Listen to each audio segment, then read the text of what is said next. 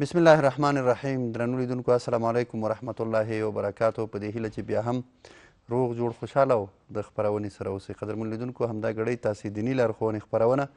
له شمشاد نړیوال ټلویزیون څخه په ژوندۍ بڼه ګورئ. محترم لیدونکو، د خپرونې نننۍ موضوع مو دې ته ځانګړې چې د الله جل جلاله اوازونه خپل بنده ته په دې باندې خبرې کوو چې څه وایي الله جل جلاله خپلو بندګانو ته، د بندګانو نه څه غواړي. د دې او د نورو پوښتنو د ځواب ویلو لپاره راسره خوشبختانه په سټوډیو کې قدرمن میلمه دی محترم مفتي عبدالاحد خاکسار صاحب راسره دی. کور دی ودان وي چې له ځانه سره لرو. تاسې درانه لیدونکي هم کولی شئ همدا شیوه د خپلې خپرونې سره اړیکه ونیسئ او د خپلو پوښتنو ځوابونه ترلاسه کړئ. مفتي صاحب ښه راغلاست. ستړي مه شئ. هرکله راشئ. آباد اوسئ، عزتمند اوسئ جناب سیرت صاحب محترم. مفتي صاحب، نن په دې خبرې کوو چې الله جل جلاله چې خپل بنده ته اواز کوي څه وایي. الحمد لله وكفى وسلام على عباده الذين اصطفى، خصوصا على سيد الأولين والآخرين محمد وعلى آله وأصحابه أجمعين. قال الله تبارك وتعالى: إن الله وملائكته يصلون على النبي يا أيها الذين آمنوا صلوا عليه وسلموا تسليما. اللهم صل على محمد وعلى آل محمد كما صليت على إبراهيم وعلى آل إبراهيم إنك حميد مجيد. جناب قدرمن سیرت صاحب، اولا تاسو ته بیا ګرانو لیدونکو اوریدونکو ته د زړه له کومې السلام علیکم ورحمت الله وبرکاته. وعلیکم السلام ورحمت الله وبرکاته. بعدن جناب سیرت صاحب محترم، زمونږ او ستاسو رب ارحم الراحمین دی، رحمان دی، غفور دی، لطیف دی، د خپلو بندګانو سره بې کچه مینه لري. بله، دومره مینه د خپلو بندګانو سره لري، علما لیکي چې 80 میندې یو ځای شي د رب العالمین جل جلاله مینې ته نشي رسېدی. نو یوه مور هغه مونږ او تاسو د هغې مینه ګورو، نو د هغې دپاره بیا نړیوالو یو ورځ خاص کړې ده چې دا د مور ورځ ده. بله، او هر ځای کې بیا ښکته پورته همدا خبرې چلیږي چې مور ده مور ده مور ده، ولې چې مور په نسبت د پلار لږه مشفقه ده، بس نور څه نشته پکې. بله، خدمت زیات کوي، مشفقه ده. که نه خدمت خو پلار هم ډېر کوي، ټوله ورځ بیرون ګرځي او په ګرمۍ کې په دې ګرمۍ کې چې کومې دیاړیانې کوي دیاړیانې کوي، دا ټول راوړي. مور یې خوري په سهولت، دا بچی یې خوري په سهولت. که مثال دی د خپل بچی خدمت هم کوي، په کور کې کوي، بیرون نه کوي. خو لیکن مور ځکه ډېره یادېږي چې مشفقه ډېره وي. سره د دې دومره تکالیفو که چېرته یو انسان هغه مور ورسره جګړه وکړي، دی مور ته تیزې خبرې مو کړي، مور بیا راشي د بچي سره کښېني. خو پلار بیا د دې برعکس طبیعت لري. بله، که یو ځل طبیعت واوړېده نو بیا مشکله ده که چېرته بیا طبیعت د پلار بیرته لاسته راوړي. رب العالمین جل جلاله خپل بنده ته آواز کوي. ابو ذر رضی الله تعالی عنه مبارک فرمایي چې رسول الله صلی الله علیه وسلم مبارک موږ ته وفرمایل چې الله رب ذوالجلال خپل بنده ته داسې وایي. اوله خبره دا کوي چې ای زما بندګانو، ما په خپل ځان ظلم حرام کړی، بله، په تاسو مې هم ظلم حرام کړی، په خپل منځونو کې به هم ظلم نه کوئ. درې خبرې شوې. ما په ځان باندې ظلم حرام کړی، په تاسو باندې مې هم ظلم حرام کړی، په خپل منځونو کې به هم ظلم نه کوئ. څه معنا؟ الله تعالی وایي زه ظالم نه یم. بله، وما الله یرید ظلما للعالمین للعباد. الله اراده د ظلم په عبادو نه لري، په خپلو بندګانو د سره د ظلم اراده نه لري. یو خو ظلم کول دی، یو د ظلم اراده ده. بله، الله وما الله یرید،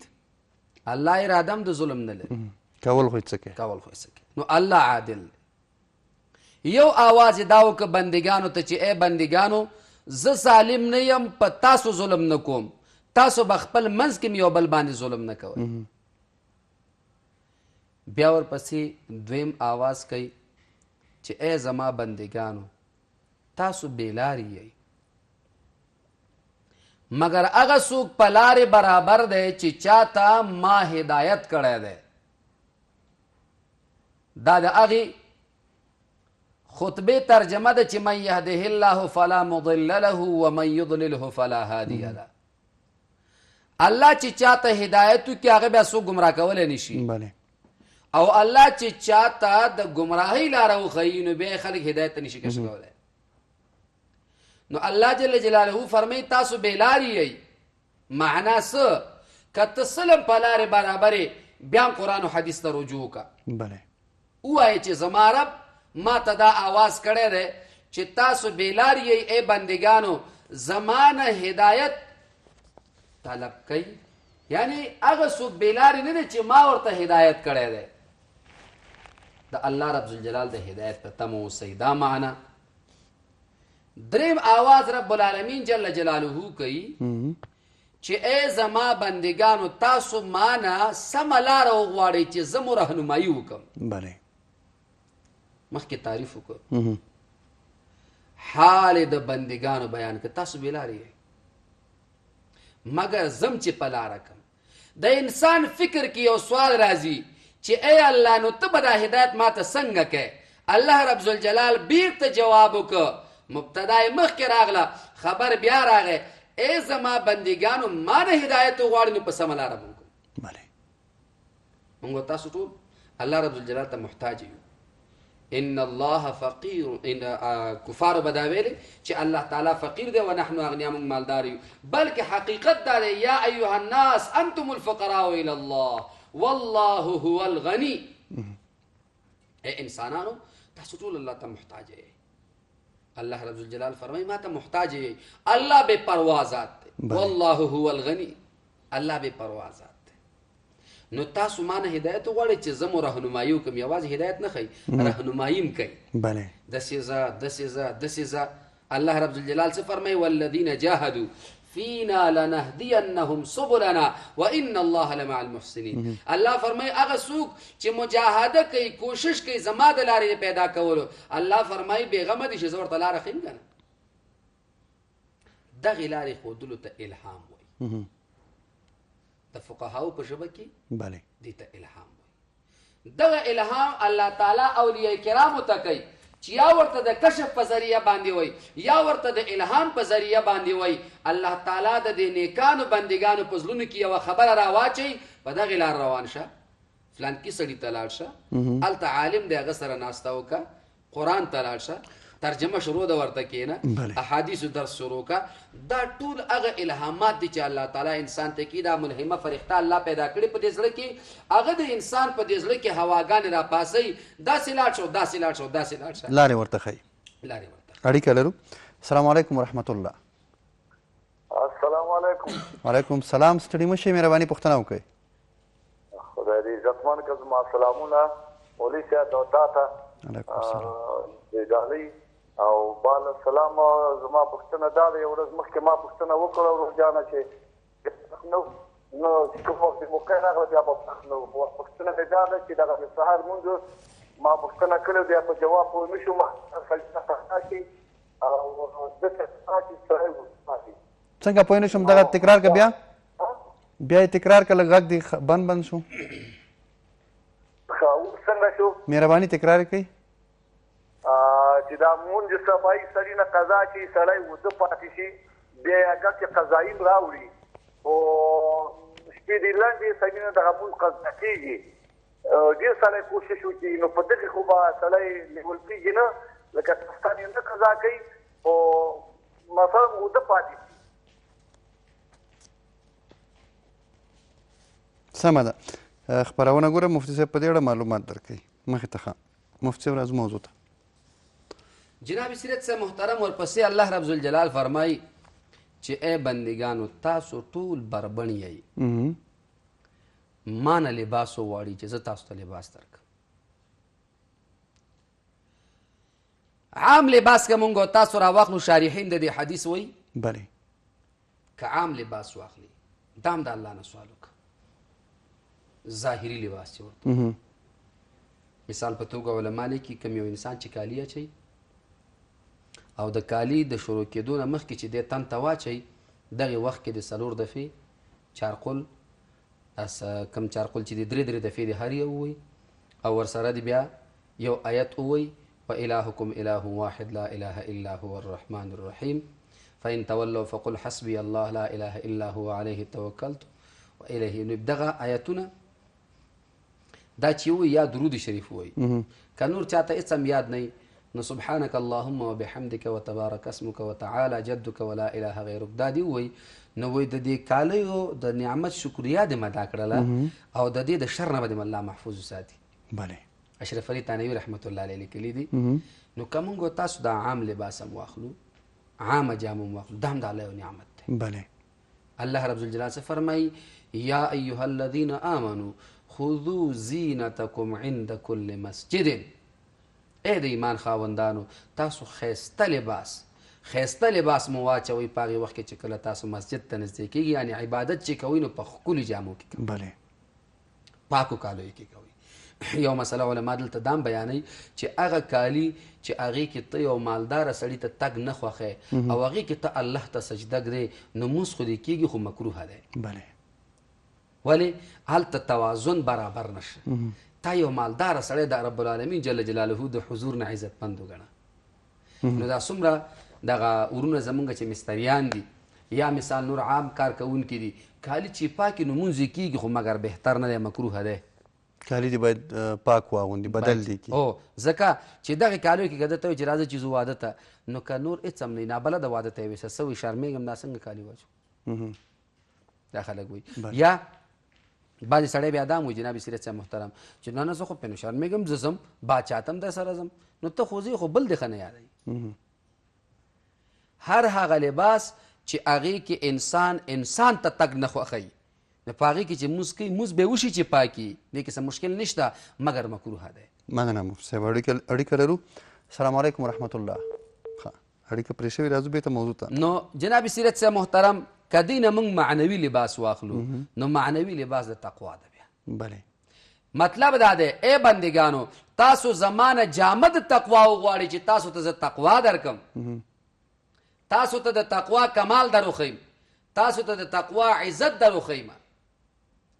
نو باید چې انسان کله لباس اچوي بله یا د لباس اغوستو نه مخکې دې سره دا دعا کوي چې یا الله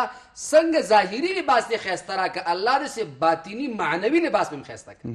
اخلاق مې ښایسته کړه اعمال مې ښایسته کړه کردار مې ښایسته کړه خبرې مې ښایسته کړه ژوند مې ښایسته کړه د یو انسان په ذهن کې په نظر کې مې قدرمن راوله بله دا د دې دپاره چې الله تعالی معنوي لباس هم درته درکړي. بل ورپسې الله تعالی فرمایي ای بندګانو تاسو ټول وږي یئ مګر هغه څوک چاته چې زه رزق ورکړم هغه وږی نه دی یعنې هغه موړ دی هغه موړ دی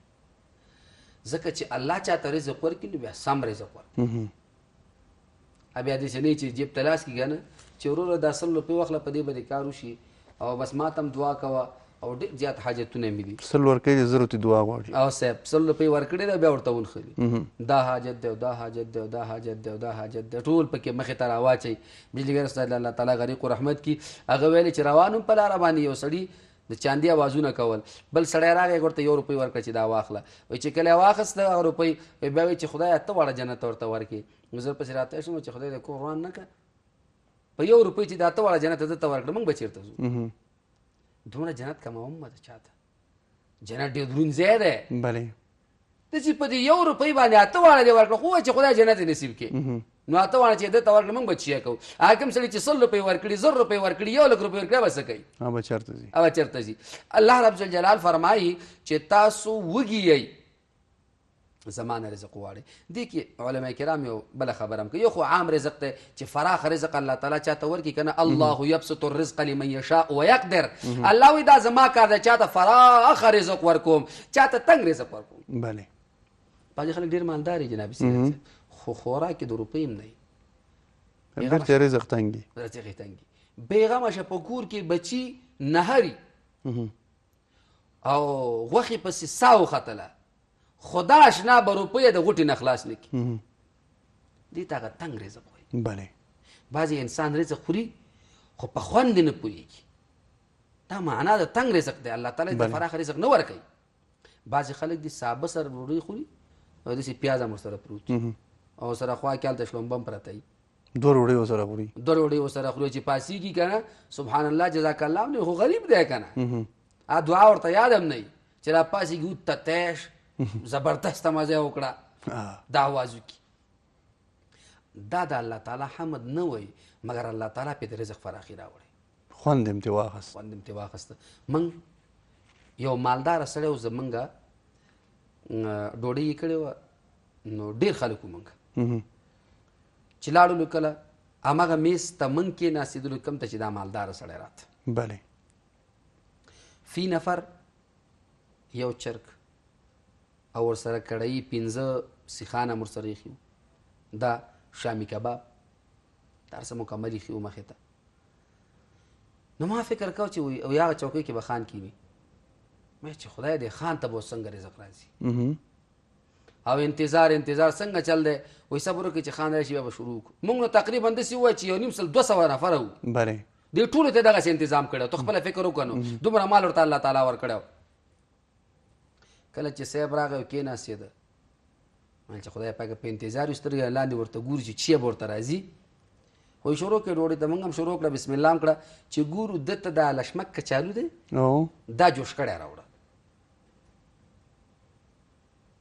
جوش کړی راوړه، ډېر مې پې دا خوا دا طبیعت مې پې خراب شو. بیا مې ویل کېدی شي دا پسې تکلیف لري، مخکې به دا خورو ورپسې به نور څه ورته راځي. زمونږ خو خوله خارښ کوي. لاړم سره خوا کې کېناستېدلم، کله چې ډوډۍ خو زمونږ خو ډوډۍ وخوړله، دا ډوډۍ سره کېناستېدلو. څنګه صاحب جوړ تکړه تازه، تاسو څنګه موږ سره ډوډۍ مو نه خوړله، خدای مو که مریضان یې که څنګه؟ نو هغه ما ته وایي چې ما باندې دا ټول نعمتونه بند دي. وایي زه د څه معدې مرض باندې اخته یم چې یوازې ما ته ډاکټر ویلي چې دقه شی به خورې، نور شی نه شي خوړلی. ما څومره وخت کېږي؟ وایي دا مې 9 میاشت روانه ده. ما هغلته ویل چې الحمدلله والشکر لله. مسلمان ورور ته چې کېنه دسترخوان ته کبر کوې، دا خورم او دا نه خورم، دا خورم او دا نه خورم، دا چې درمانې کله بند کړي به معلوم شي، بیا هغه وخت کې به معلوم شي. ځکه انسان چې د څه شي نه منې شي، الانسان حریص فیما منع، څه نه چې منع شي هغه وخت کې بیا ته د هغې لذت وګوره، خوند یې وګوره. یو شی به نه خورې، خو چې ډاکټر درته ویل چې مې خوره، قدرتي بیا درته طبیعت اوړي را اوړي. دې ته هم د رزق تنګي وایي. مننه. اړیکه لرو. السلام علیکم ورحمت الله. زموږ غږ اورئ؟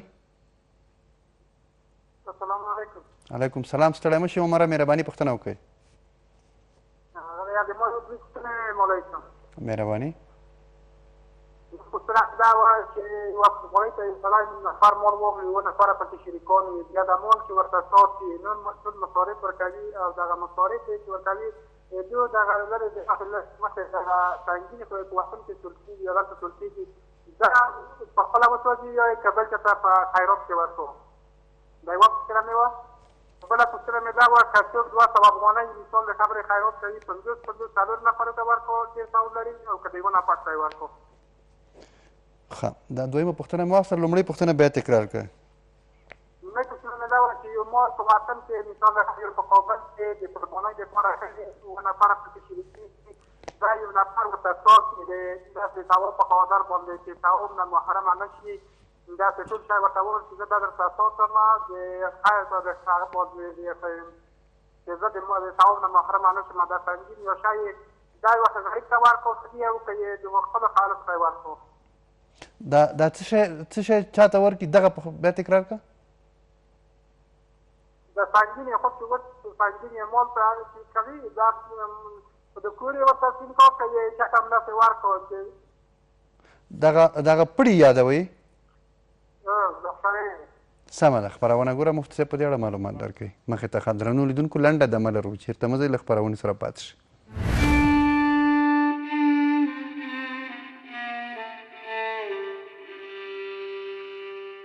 درنو لیدونکو بیا هم ستړي مه شئ. مفتي صاحب راځو د الله جل جلاله نورو اوازونو ته چې په بنده باندې کوي. نو جناب سیرت صاحب محترم، د رزق هغه فراخي او تنګي دغې ته هم ویلی شي، او دې ته هم د رزق فراخي او تنګي ویلی شي چې یو انسان سره دولت ډېر د بل سره کم دی. بلې دا هم دی. بعضې انسان دې ته هم د رزق فراخي ویلی شي چې یو انسان الله تعالی په سخاوت باندې مشهور کړي او بل انسان که ډېر هم پیسې مصرفي خو خدای تعالی په بخیلۍ باندې مشهور شي هغې ته بخالت وایي. بل اواز الله تعالی دا کی چې ای زما بندگانو تاسو ګناهونه کوئ زه درته معافي کوم زه معافي کوونکی ذات یم ما نه بخښنه وغواړئ. رب العالمین جل جلاله بنده ته ډېر عجیب آواز وکړه چې که تاسو ګناهونه کوئ زه معافي کوونکی ذات یم. دې کې د غیر الله نفې راغله. بله ګناه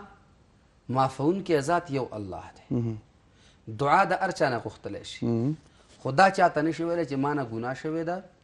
او دغه ګناه راته وبخښه. که په حقوق العبادو کې و بیا صحیح ده. بله مثال یو سړی راشي هغې ته وایي چې ما ستا د پټي او ستا د ځمکې د دومره فصل وړی دی دا ستا حق دی ما ته بخښنه وکړه ځکه دا د حق دی. په حقوق الله کې د الله نه غیر د بل چا نه بخښنه نشي غوښتلی بل څوک صلاحیت نه لري. نه لري. بل اواز الله تعالی ورته دا کوي چې ای بندګانو عقیده اوس جوړئ. ای زما بندګانو که دا ټوله دنیا انسانان او پیریان تمام مسلمانان شي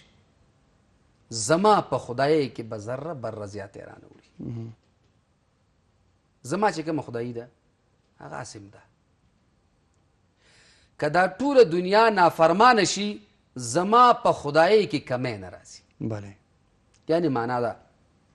که دا ټوله دنیا متقیان شي رب العالمین جل جلاله په خدایۍ کې زیاته جنت پې نه تنګېږي نه تنګي. او که چیرته دا ټوله دنیا کافر شي د رب العالمین جل جلاله په ذات او د هغې په خدایۍ کې ذره بره کمی نه راځي. الله داسې مخلوقات پیدا کړي چې انسانانو د سره لیدلي م لا اوسه پورې نه دي. بله داسې مخلوقات الله پیدا کړي تاسو په دې ذربین باندې وګورئ چې ذرات الله تعالی پیدا کړي دي. عبدالله ابن عباس فرمایي چې ما سوا د انسانانو نه 14,000 قسم مخلوق الله پیدا کړی. بله یا فی روایتن بعض علما وایي 80,000 مخلوق الله پیدا کړی. په دې کې د نیم نه زیات 3 حصه مخلوق د الله تعالی په دریاب کې دی لمده کې پروت دی. دا 2 حصې مخلوق چې دی هغه دلته پروت دی په وچه چې الله دې ته په دې ټولو باندې فضیلت ورکړی خو په هغې وخت کې چې دا سړیتوب ولري چې انسانیت ولري په دې ټولو د پاسه دی. ولقد کرمنا بني آدم وحملناهم فی البر والبحر. الله فرمایي ما د آدم علیه السلام اولاد ته عزت ورکړی او دا مې په وچه او په دریاب په دواړو کې پورته پیدا کړی چې دی به حکومت کوي. بله دا ټول به تسلط لاندې راولي. تاسو وګورئ هر قسم حیوان چې الله تعالی پیدا کړی نو په اکثریتو حیواناتو کې الله تعالی د ټولو سره لکۍ ورته پیدا کړی ده مګر انسان پورې لکۍ نشته. انسان چې کله پیدا شو لکۍ ورپورې وه الله تعالی بیا د شرافت انسانیت د وجې نه هغه ته قطع کړه. بله اوس هم که چېرته یو انسان د ملا په اخره حصه کې لاس ووهي او تیره غوندې هډوکې ښکاري دغه د لکۍ ابتدا ده دې ځینې شروع وه او د هغې طرف نه د لکۍ انتها ده خو الله تعالی د کرامت انسانیت د وجې نه دا ختم کړو. دا ښه ده چې الله ختم کړی که نه دا بلا بیل جنجالو چې اوس د چا سرکشي ډېره وه دومره به یې لکۍ غټه وه نه دی بعضو خو به ګرځولی هم نه شوه ځان پسې به یې دویم هیلیکس کې اچولی او روان به چې دومره یې لکۍ د هغه بغاوت اوږده شوې وه خو دا الله تعالی انسانیت کرامت دومره بالا کړی دی. بله بل آواز ورته کوي چې ای زما بندګانو تاسو زما نه حاجات وغواړئ که پیریان یئ که انسانان یئ زما نه حاجت وغواړئ. الله فرمایي او که تاسو زما نه حاجت وغواړئ هر قسمه حاجت زه د دې ټولو حاجات پوره کړم. ما سره داسې خزانې دي الله فرمایي داسې خزانې را سره دي دومره به کمی رانشي که د ټولې دنیا حاجات پوره کړم لکه سمندر کې او بحر کې چې یو ستن وردننه کې او بیرته راپورته کې دومره اوبه چې دی ځان سره پورته کې دومره کمی به زما په خزانو کې رانشي. الله سره داسې خزانې دي. کله چې طوفان نوح راغی هر څه یې تباه کړه تیزه چلی حتی د چا غرونه یې وغورځول ونې یې وغورځولې جبرئیل امین نه نوح علیه السلام پوښتنه وکړه او څوک دا پوښتنه نبی علیه السلام ته منسوبوي جبرئیل امین نه پوښتنه وکړه چې جبرئیل علیه السلام هغه طوفان نوح کې الله تعالی څومره د بادو هغه خزانه خلاصه کړې وه ټوله دروازه وه لږه وه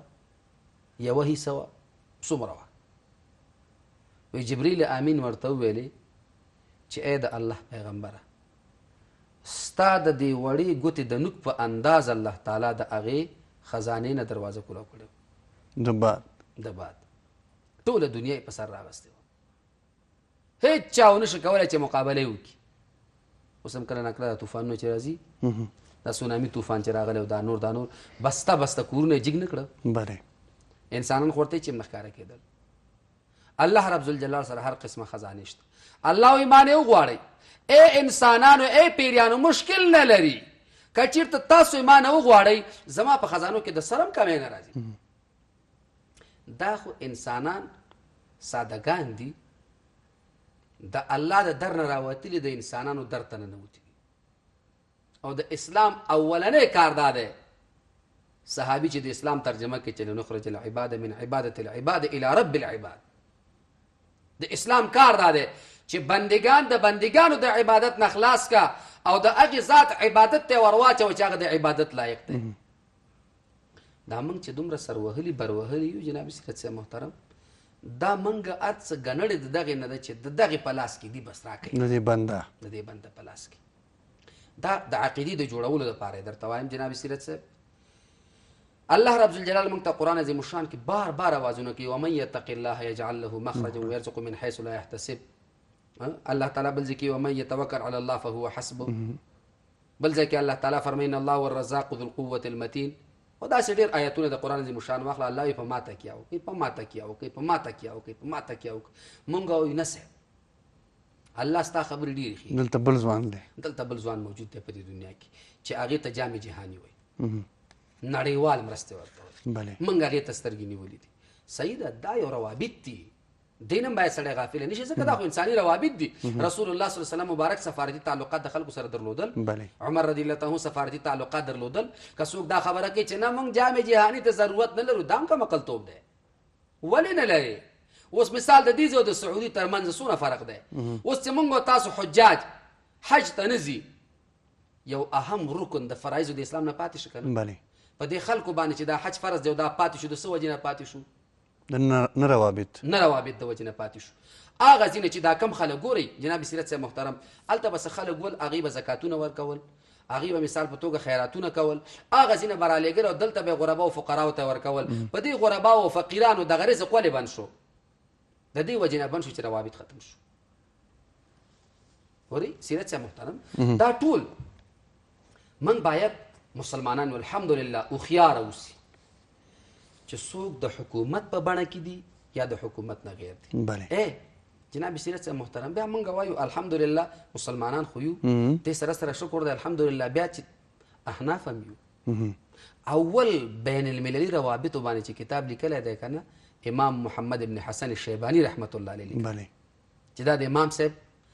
قوي شاګرد دی او زموږ په فقه کې تقریبا داسې ووایه چې نیم تر نیمه بلکې د نیمې نه زیات 3% د نقل کړی اگر چې امام یوسف د استاز دی زیاده دی چې کله لیکه څوک وایي دا د کتاب دی څوک وایي نه دا د هغه اقوال یې نقل کړي چې وینو کې بیا ورته وښودل چې صحیح دي وایي موږ چې کوم ظاهر روایت ورته وایي هغه ځوان لیکلی کوم چې موږ تاسو ورته نادر روایت وایي هغه هم دې ځوان لیکلی او کوم چې موږ تاسو ورته فتاوی واقعات وایي ابوالله سمرقندي صاحب لیکلی داسې پسې راواخله اول بین المللي روابطو باندې هغه کتاب ولیکه نو چې دا روابط د کار نو نه لیونی او چې دی لیکه خو ضرورو دغسې صحابه کرامو کې موږ تاسو راواخلو د صرافۍ کاروبار حضرت عبدالله ابن جابر رضی الله تعالی عنه کو سفارتي تعلقاتو کې معاذ ابن جبل صاحب ګرځېده او په تدریسي میدان کې د قرآن عظیم الشان عبدالله ابن عباس صاحب ګرځېده د قرآن د حفظ په میدان کې به ابی ابن کعب رضی الله تعالی عنه ګرځېده د مدرسې په سیستم کې حضرت علي صاحب ورته راوړاندې مدرسه یې جوړه کړله چې دغه د شکل په انداز باندې چې یو مدرسه جوړه کړي حضرت علي صاحب جوړه کړله د حافظانو مدرسه کې تجوید ورته ولې بنا کړه د حضرت علي صاحب د اقوال نه بنا شه که نه دغسې جناب سیرت صاحب مسلمان باید هوښیاري بله توکل به په الله کو روابط د ټولې دنیا سره د دې دپاره او بیا بعضې وخت کې بعضې خبرې دي جناب سیرت صاحب محترم چې په موږ باندې بیا اعتراض راځي بیا وایي چې مثال موږ خو وایو په الله توکل په کار دی که نه اوس ښه خبره دا خو بده خبره نه ده زموږ ایمان دی چې سړی دا وایي چې الله سره توکل په کار نور د چا هم پروا مه کوه دې کې موږ باندې اعتراض واردېږي بله اعتراض دا واردېږي چې ښه مه کوه نو بیا دا واده چې شته کې نو بیا د پلار ته پلار ولې وی نو بیا خپل ولی ته چا سره ګرځي ولی اسلام کې د خپل ولی پورته شوی ولې ده دا د اولاد دپاره چې تا ته شریعت وي چې ته په دې باندې مسؤلي بل ته بیا محتاج ای بنده خو د بند نه دپاره خبره کې محتاج دی د اسلام اوامر جناب سیرت صاحب محترم زما خپل د تجربې بلکې زما چې څونه مطالعه ده په دې کمې مطالعې مطابق درته وایم دا ذهن فراخول ذهن او یو سړی دې ته په زوره راوستل نه چې ته مونځ وکړه نه ته داسې تدریسي کارونه شروع کا چې دا سړی بغیر د وینا نه خپله مایله شي مونځ ته راشي دا سړی په دې باندې مایله شي چې صاحب زه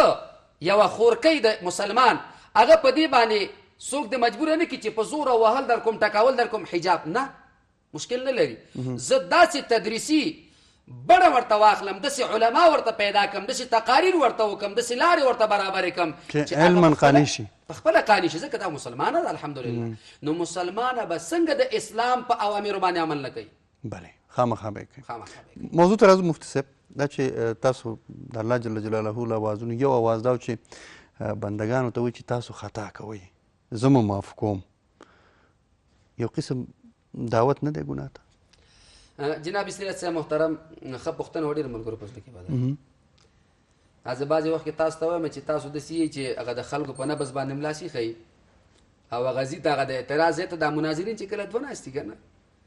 هغه چې خبره کوي دا بل مناظر هغه ټک پکې پیدا کړي هغه ځي کې راودانګي بله ځکه هغه ځي کې صحیح جنجال جوړ کړي جنجال جوړ کړي جناب سیرت صاحب محترم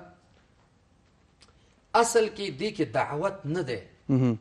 اصل کې دې کې الله تعالی د خپل رحمت تذکره کوي بندګانو سره لکه مثال په توګه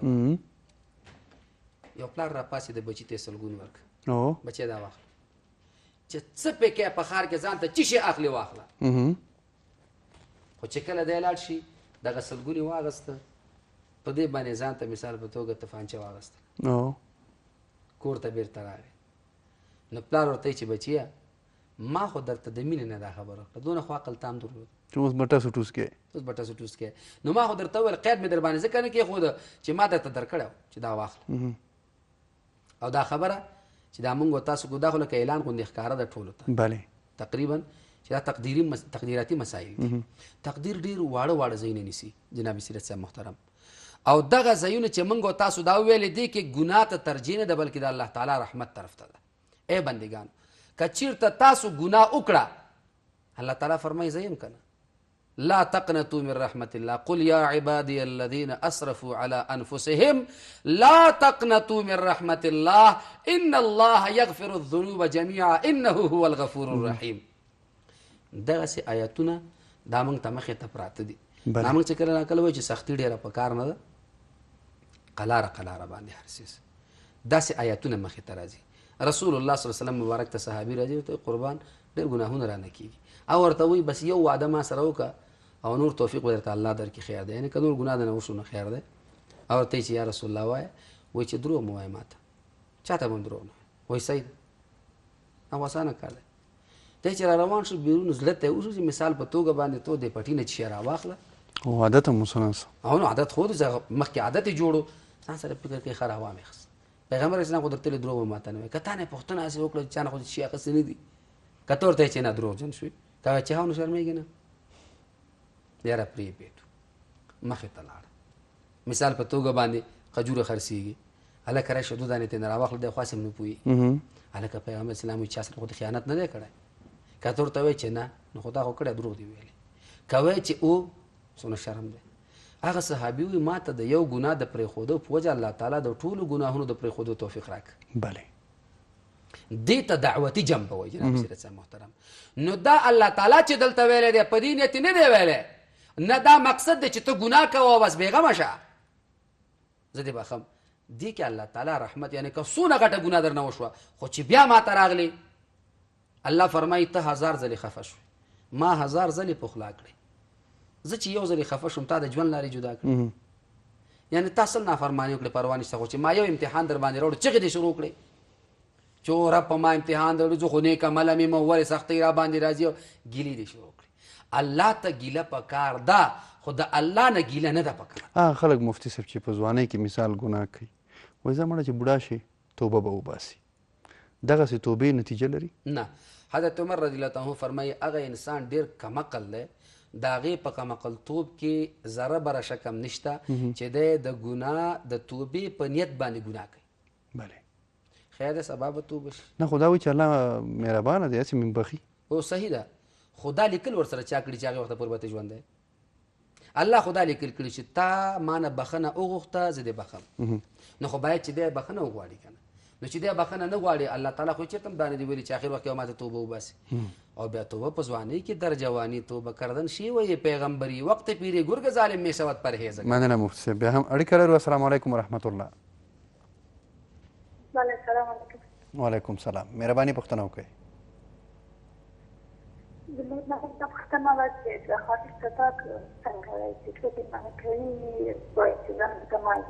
څه شی خورئ څه شی ښه سمه ده خپره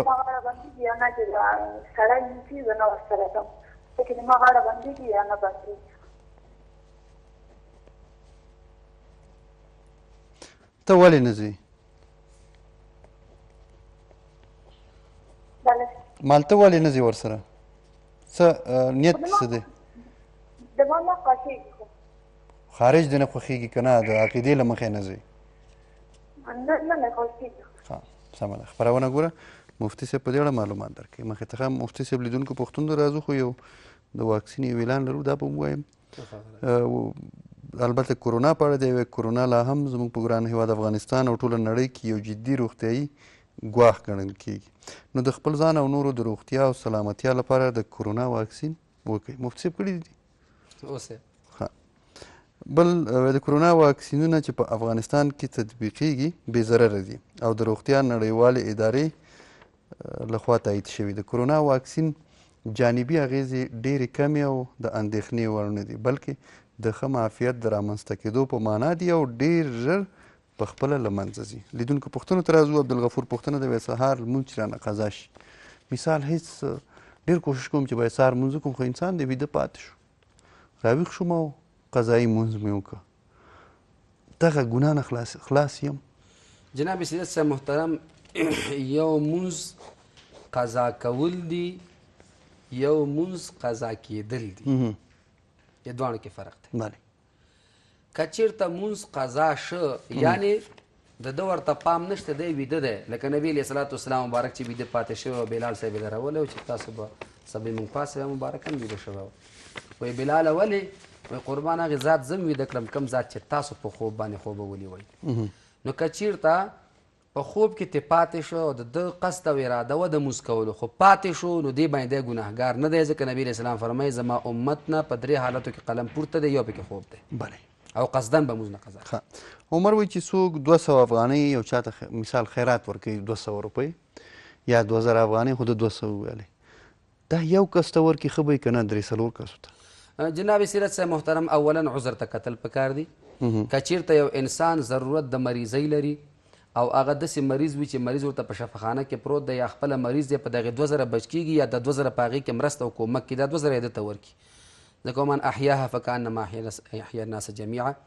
او که چېرته داسې نه وه د رزق مسله وه بل څوک هم ورته پیسې ورکوي نو بیا د دا پیسې ټول په ټول یو نفر ته نه ورکوي نور افراد دې پکې شریکان کړي بله پوښتنه ده دغه دویمه پوښتنه کې م ډېر کوشش وکړو چې پوره واخلو خو نه پوهېږم خدای وکړي چې صحیح مې اخیستي غږ کې ستونزه وي یو څوک قرباني کوي مثال شپږو کسه شریک دي په مال کې او یو کس یې ساتي د ثواب دپاره بیا دې ویل چې دغه یو کس چې ساتي غالبا ځکه چې پړی نور شیان دغه شیان کولی شي دا یې واخلي نه دا به صدقه ورکوي نه شي کولی امینې پوښتنې ته راځو امینه وایي چې خارج ته تګ څنګه دی د شریعت له مخې اوس ډېر خلک خارج ته روان دي زه نه غواړم چې د خپل خاوند سره خارج ته لاړ شم نه مې خوښېږي په دې کې زه ګناهګاره یم نه ګناهګاره خو نه ده، دا خو ښه نظر دی چې دلته پاتې شي د عقیدې د لحاظ نه. که چېرته دی ځان بچ کړي اولادونه یې بچ نه پاتې کېږي. نو که پاتې شو نو ښه خبره دغه ده. خو اوس چېرته هلته خاوند دی په منځ کې جنجال جوړېږي چې جنجال جوړېږي نو هغه شر قلیل دی، خیر کثیر پې د کور جوړ دی، بیا دې ورسره لاړ شي. ښه که چېرته نه کېده نو تګ یې پکار دی. تګ یې پکار ځکه خاوند دی هلته. مننه مفتي صاحب، دا چې د خپرونې د پای شېبې له تاسو مننه کوم. تاسو نه مننه. ګران لیدونکو له تاسو هم مننه چې تر دې دمه راسره وئ. تر بیا چې ستاسې په درانه حضور کې حاضرېږو، تر هغې مو په لوی او مهربانه رب سپارم. هر چېرې چې یاست روغ جوړ خوشحاله اوسئ. له لیدلو مو مننه.